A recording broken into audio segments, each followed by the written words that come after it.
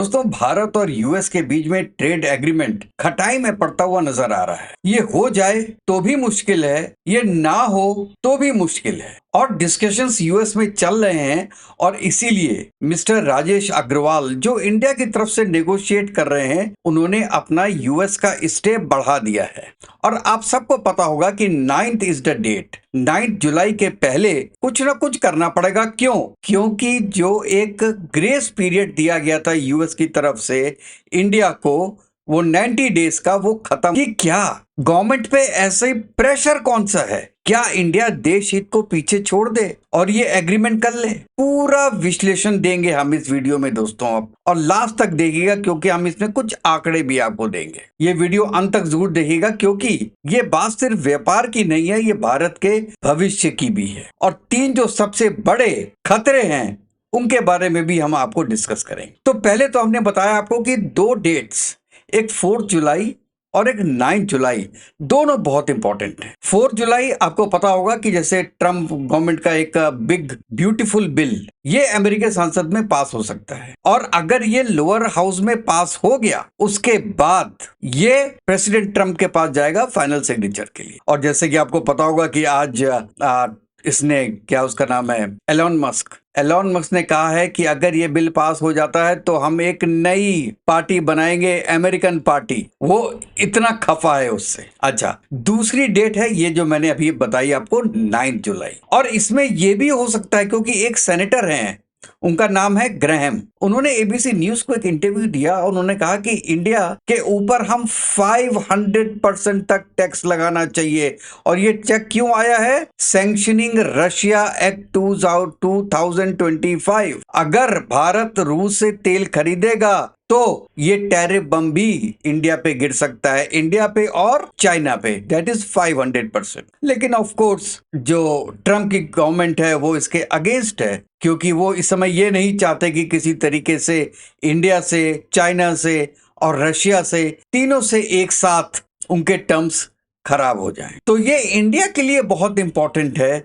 कि किसी तरीके से इंडिया के फेवर में ये एग्रीमेंट साइन हो। अब उसमें दोस्तों प्रॉब्लम्स क्या है? प्रॉब्लम उसके अंदर ये है कि अमेरिका क्या चाहता है। अमेरिका चाहता है कि जैसे जो जीएम होते हैं उनको कहते हैं जेनेटिकली मॉडिफाइड क्रॉप्स, मक्का होता है, सोया होता है, कपास होता है, ये आप यूएस के एक्सेप्ट करो इंडिया में। और एक बीएसटी इंजेक्शन वाला दूध वो इंडिया में आने दो। चिकन लेग्स और वाइन को टैक्स फ्री कर दो। अमेरिका का डेटा वो जो इंडिया में रहता है, इंडिया का डेटा वो अमेरिका जाने दो, क्योंकि सर्वर अमेरिका में रहेगा। और जो मेडिकल डिवाइसेस हैं उनकी जो प्राइसेस हैं उनमें आप कैप हटाइए। और भारत क्या चाहता है? भारत ये चाहता है कि जितने भी आईटी हैं, फार्मा हैं, टेक्सटाइल हैं, उनको अमेरिकी मार्केट में जगह मिले और टैक्स 0% टैक्स लगे, जिससे कि मार्केट में उसकी वैल्यूएशन ठीक रहे, डाटा लोकलाइजेशन रहे, भारतीय डाटा इंडिया में रहे, बाहर ना रहे। और डेयरी और पोल्ट्री में बायो सिक्योरिटी होनी चाहिए। और जितनी भी सब्सिडीज हैं जो इंडिया में मिलती हैं, WTO उसमें अपना असर ना दिखाए। अब देखिए दोस्तों, ये जो खतरे हैं 3, पहला आपको हम बात करते हैं डेटा सिक्योरिटी। अगर पूरा डेटा अमेरिका चला जाता है तो हमारी डेटा एक आजादी, इंडिपेंडेंस खत्म हो जाएगी। चीन ने आज तक अपना डाटा बाहर नहीं भेजा दोस्तों। उसके जितने भी सर्वर्स हैं सब चाइना में हैं, इसीलिए वहां पे ना फेसबुक चलता है ना गूगल चलता है। लेकिन इंडिया के पास अपना है नहीं, सो आपको बाहर की चीजें यूज तो करनी पड़ेंगी, लेकिन हाँ, उनका सर्वर तो हमको इंडिया में रखना पड़ेगा। और ऐसा क्या रीजन है जो अमेरिका कह रहा है कि नहीं नहीं नहीं, हम आपका डाटा अपने पास रखेंगे? वाई? उसके भी बहुत से रीजन है दोस्तों। वो आगे उनको मार्केटिंग करने में आसानी होती है, उनको आइडिया लगता है कि उनका कंजम्पशन का पैटर्न क्या है इंडिया का। दूसरा वो बोलते हैं मेडिकल डिवाइसेस, कि आप उसमें जो प्राइस में कंट्रोल है वो हटाइए। आप जानते हैं जैसे स्टंट है, स्टंट कंट्रोल किया हुआ है कि उन्होंने कि इतने प्राइस से ज्यादा नहीं जा सकता, वो 15 से 20 हजार है। लेकिन अगर उसमें कंट्रोल हट गया तो वही 1.5 लाख से 2 लाख के बीच में स्टंट्स आएंगे दोस्त। और कुछ मेडिसिन और मशीन्स आपको इंडिया में 3 गुने दामों पे मिलेंगी, 3 गुने दामों पे। क्या ये गवर्नमेंट कर सकती है? चलिए, तीसरा है दूध और पोल्ट्री। यहाँ पे क्या है कि जो बीएसटी इंजेक्शंस लगते हैं उस दूध से कैंसर का खतरा होता है। आप जानते हैं कि यूएस में अगर आप परसेंटेज देखा जाए तो 1 लाख में 350 कैंसर के मरीज होते हैं और इंडिया में 1 लाख पे केवल 100 होते हैं। तो क्या हम सस्ती कीमत के चक्कर में अपनी सेहत गिरवी रखवा देंगे क्या? और दूसरा, जीएम फसलें जो होती हैं, जेनेटिकली मॉडिफाइड क्रॉप्स, गवर्नमेंट ने, एफएसएआई ने, सुप्रीम कोर्ट ने सब इसका विरोध कर रहे हैं कि ये फसलें इंडिया में नहीं आनी चाहिए क्योंकि उससे कैंसर होता है और हार्मोनल बीमारियों का खतरा होता है। इवन एटमॉस्फेयर खराब होता है, हमारी जो धरती है, मिट्टी है, उसकी क्वालिटी खराब होती है और जो हमारे मवेशी होते हैं, जानवर, उनमें बीमारी का खतरा होता है। और अमेरिका कहता है नहीं, आप इनको एक्सेप्ट कीजिए। मतलब ये है कि जिसकी चल रही है उसकी चल रही है। तो अच्छा, और आप जो अब जैसे डेयरी है, बीएसटी इंजेक्शन वाले दूध है, अब दूध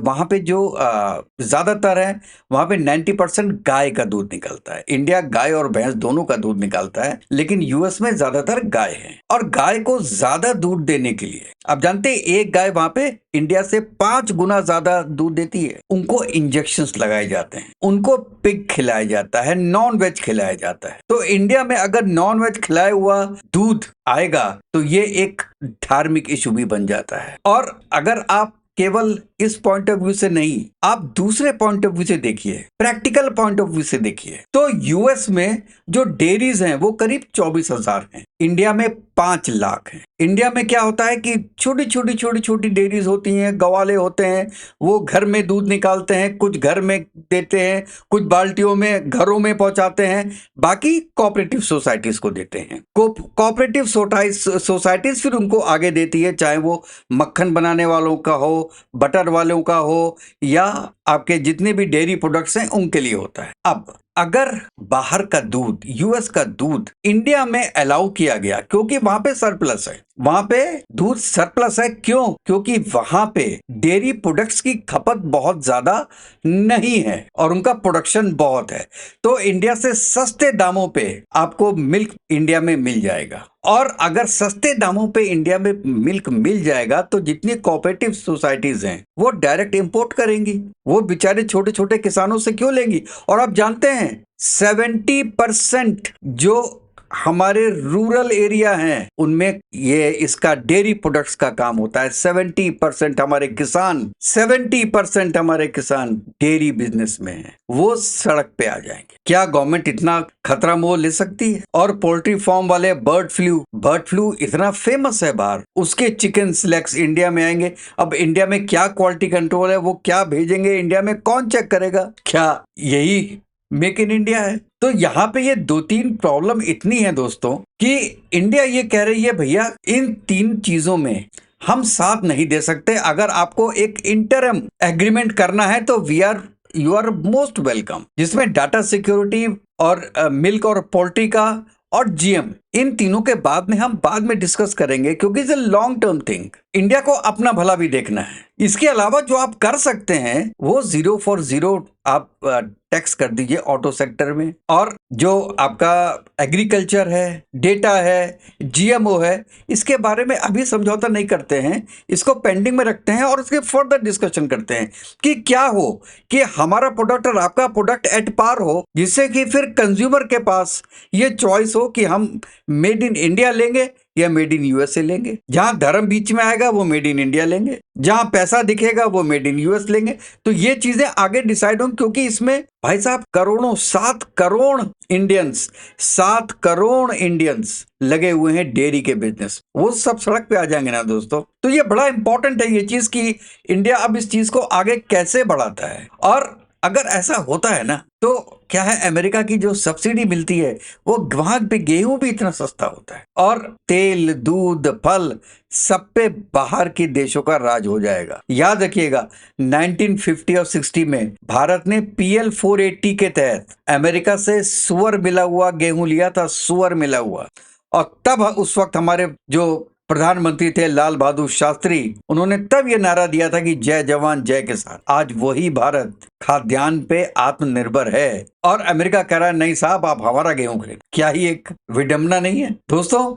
ये ट्रेड डील सिर्फ एक पेपर पर साइन नहीं है, ये भारत की फूड सिक्योरिटी, किसान नीति और डिजिटल इंडिपेंडेंस की लड़ाई है। और अगर गवर्नमेंट दबाव में आ गई, किसान मारे जाएंगे, डेटा लीक होगा, एमएसएमई बर्बाद हो जाएगी, और तो और हम डिपेंडेंट हो जाएंगे यूएस। जब वो चाहे हमारी गर्दन मरोड़ सकता है दोस्तों, क्योंकि फिर हम सेल्फ डिपेंडेंट नहीं रह जाएंगे। और अमेरिका यही चाहता है कि इंडिया को किसी तरीके से इस एंगल से दबाव में ला जाए। आप दोस्तों क्या सोचते हैं, अपने कमेंट में लिखिए। वीडियो को जरूर लाइक कीजिएगा, अपने दोस्तों के साथ शेयर कीजिएगा, लेकिन चैनल को सब्सक्राइब करना मत भूलिएगा दोस्तों। तो फिर मिलते हैं अपने नेक्स्ट वीडियो में। तब तक के लिए जय हिंद, जय भारत, वंदे मातरम।